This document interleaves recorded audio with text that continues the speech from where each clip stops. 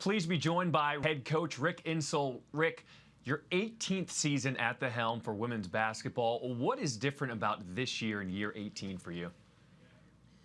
Well, we got a lot of young ladies coming back. If you go to my first year, I think we had 5 players on the team, and we had to go out and recruit a few players. And this year we didn't lose a person with the portal, and we got some good recruits coming on board, and so I'm pretty excited about what we got. Take a look back at last season, an outstanding year, 27 wins, a perfect 9-0 at home in conference play. What is it about playing at home for your ladies?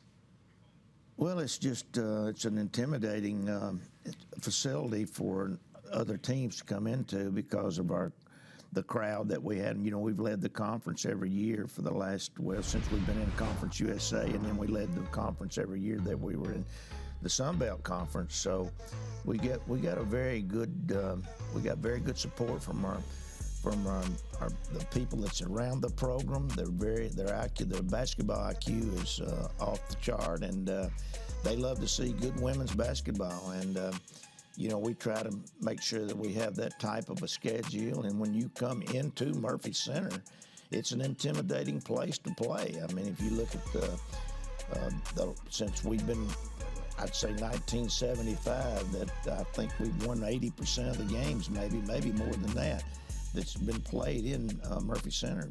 So it's a tough place to play for the opposing team. But they like playing there because they can go back to their facilities, to their campuses, and they now see what it's really like to play in front of a big crowd.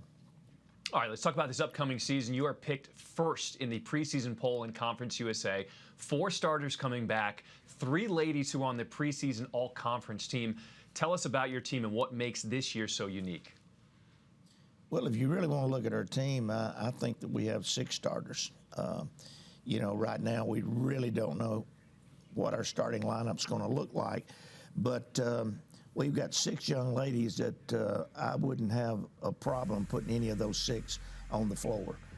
We've got good size, we've got good lateral quickness, we got great shooters, we got great leadership, and I'm pretty excited about all of them, that the intangibles that we've got, and they get along together well.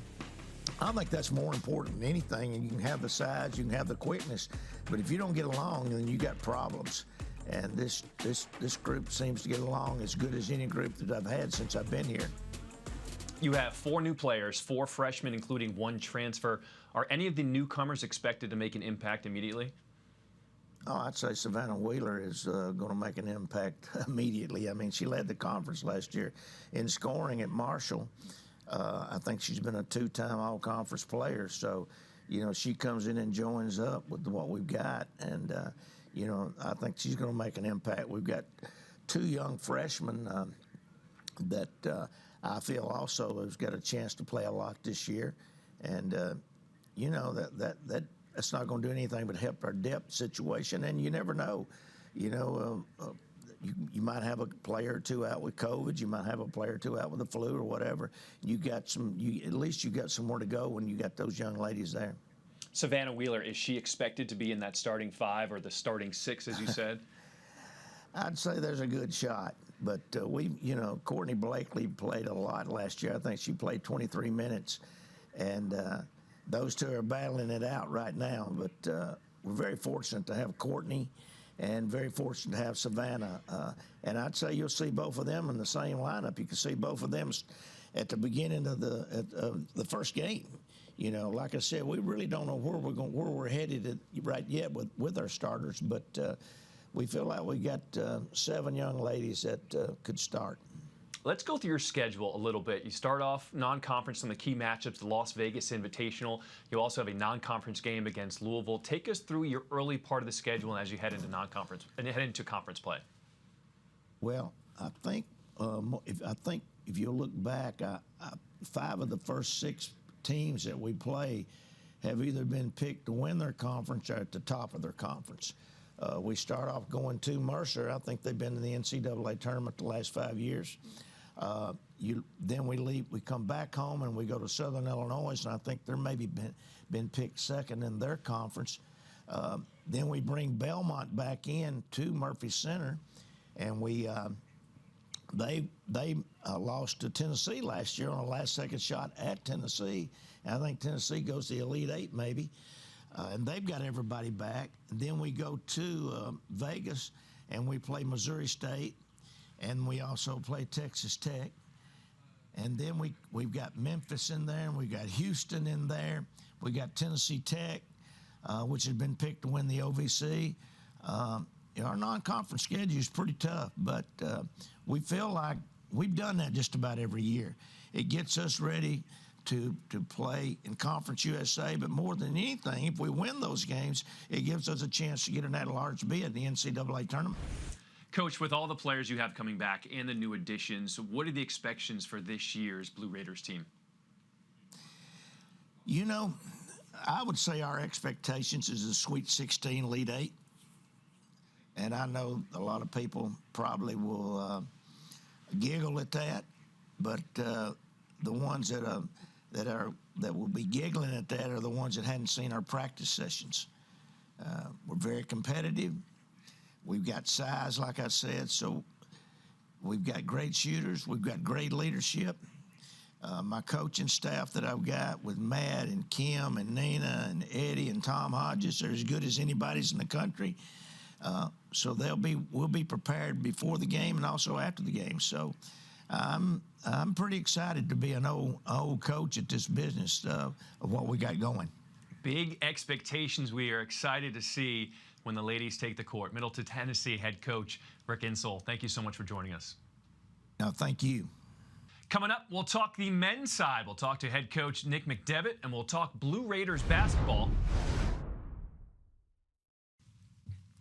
Welcome back. Please be joined by men's basketball coach for Middle Tennessee, Nick McDevitt. Coach, thank you so much for joining us here in this Conference USA preseason show. Looking back on last season, Coach of the Year in Conference USA, over 20 wins. What was the biggest reason for your success in 2022?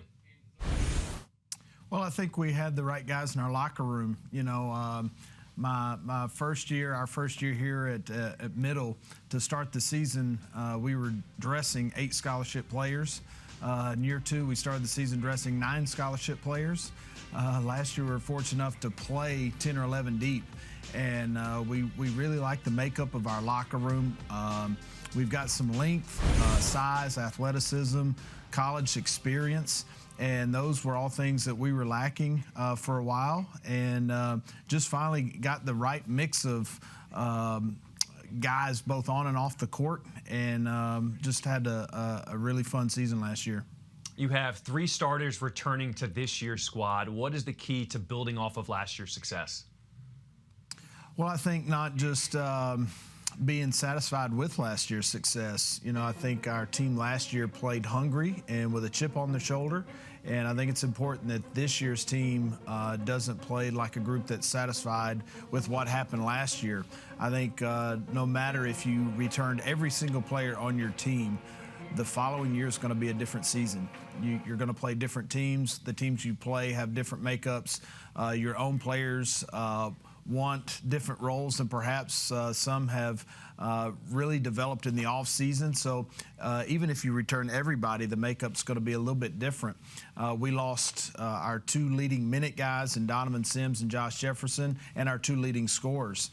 Anytime you lose a 5th and 6th-year senior like that, you've got some holes to replace. And so it's really important that all of our players, starting all the way from last year and all the way through this season, continue to play hungry and not be satisfied. There's some new players on this squad, 2 junior college guards and a freshman guard that weren't here, and Jared Jones, a 6'10 center who was hurt last year and sat out.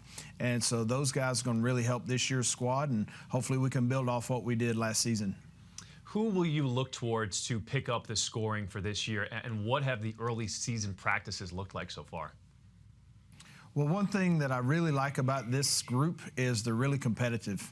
Every day when we start getting up and down playing 5-on-5 basketball, those guys play to win, and it really helps our team and our growth and our development.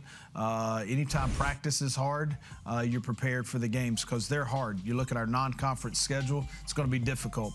You look at some of the teams in this league, particularly towards the top with what UAB and Western Kentucky and North Texas, FAU, you got a lot of teams that are really talented, good coaches. So what we're doing in our practices has to be difficult because those games are going to be difficult.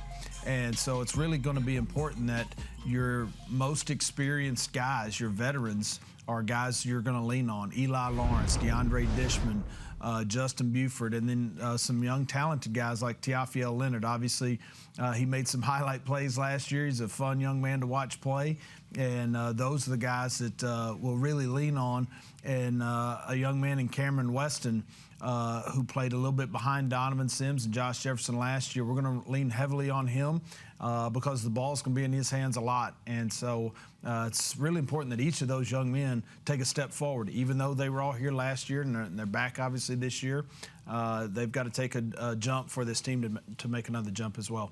Before we get into your schedule, I want to talk Eli Lawrence a little bit more. Career highs last season in minutes, points, and rebounds. What do you do to make sure you push him to do even better this season? Well, I think he also has an ability to be an elite defensive player, and that's something that he's really starting to take pride in. He's always been an energetic athlete, and he's a streaky scorer. But he also has the ability to bring that energy every night on the defensive end. He's a guy that takes pride on that end of the floor and has kind of challenged himself to make a big jump in that area, which will be key for this year's team. As I said, we lost some big scores, and you know we'll have to. Well, this team will be a little bit different, and he's going to be a big part of that. And we can take another step on the defensive end in large part because what I think Eli Lawrence will bring to this team. Nice. All right, so let's dig into your schedule. Take me through your early non-conference play and highlight some of the key conference games you're looking at. Well, I think if you look at our non-conference schedule as a whole, there are no nights that you can take the night off, whether it's Belmont, Murray State, Chattanooga, Missouri State, Winthrop, Hofstra, Stephen F. Austin, Montana State, St. Bonnie's, all teams that are picked towards the top of their league, traditionally finished towards the top of their league, NCAA tournament teams or postseason teams last year. But that is life in Conference USA. You can't take a night off. Winning in this league is hard. Winning in this league on the road is very difficult. And you look at our schedule this year in non-league play, it's going to prepare us for what's to come in January and February. All right, finally, you are picked to finish 4th in the preseason poll. What are the expectations you have for this year's squad? You know, just to get the most out of what we have. And each year you try to exceed the expectations of your team. And you know, last year we were picked last. And our guys really didn't pay a whole lot of attention to that. We knew what we had in practice, and they used it somewhat to play with a chip on their shoulder all season and try to prove the doubters wrong. But we really just try to control what we can control, and that is our effort and our attitude, our toughness every day. And I think our guys are doing a good job of that. You know, there's some other really talented teams in this league, so you can't get caught up paying attention to what others think about you or what others are doing. You just got to keep your nose down, your head down, and go to work every day and try to be the best team that you can be and see where that puts you in March. Looking forward to seeing when this team does get to work. Middle Tennessee head coach Nick McDevitt, thanks so much for joining us. Thank you very much.